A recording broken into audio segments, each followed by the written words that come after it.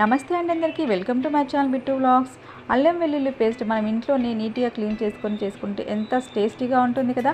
అలాగే ఒక్కసారి నేను చెప్పినట్టు ట్రై చేయండి, ఇంకా సూపర్గా ఉంటుందండి. ముందుగా వెల్లుల్లి యొక్క తొక్కల్ని, అల్లం యొక్క తొక్కల్ని నీట్గా తీసి క్లీన్ చేసి పెట్టుకోవాలండి. ఈ అల్లం యొక్క తొక్కల్ని పడేయకండి. మనం ఎండలో కొద్దిగా ఆరబెట్టేసుకొని అవి టీ చేస్తాం కదా, ఆ టీ పొడిలో కొద్దిగా వేసుకొని తాగితే చాలా బాగుంటుందండి. హెల్త్ కూడా చాలా మంచిది. ఇంకా అల్లం విషయానికి వస్తే వెల్లుల్లి సపరేట్గా మిక్సీ చేసి పెట్టుకోవాలండి ఈ విధంగా. తర్వాత అల్లం కూడా సపరేట్గా మిక్సీ చేసి పెట్టుకోవాలి. ఈ రెండు ఒక ప్లౌల్లో కలిపిన తర్వాత మళ్ళీ ఒకసారి ఈ కన్సిస్టెన్సీ ఉంది కదా, దీన్ని ఒక మిక్సీ జార్లో తీసుకొని కొద్దిగా పసుపు అలాగే కొద్దిగా సాల్ట్ కూడా యాడ్ చేసుకోవాలండి.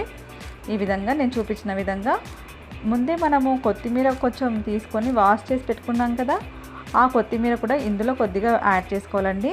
చేసుకొని ఒక్కసారి మిక్సీ చేసేసుకోండి. అంటే ఎంతో టేస్టీగా ఉండే అల్లం పేస్ట్ రెడీ అయిపోతుందండి. మనం 10 days వరకు ఇది స్టోర్ చేసుకోవచ్చు. వీడియో నచ్చితే లైక్, షేర్ అండ్ సబ్స్క్రైబ్ చేయండి. Thank you all.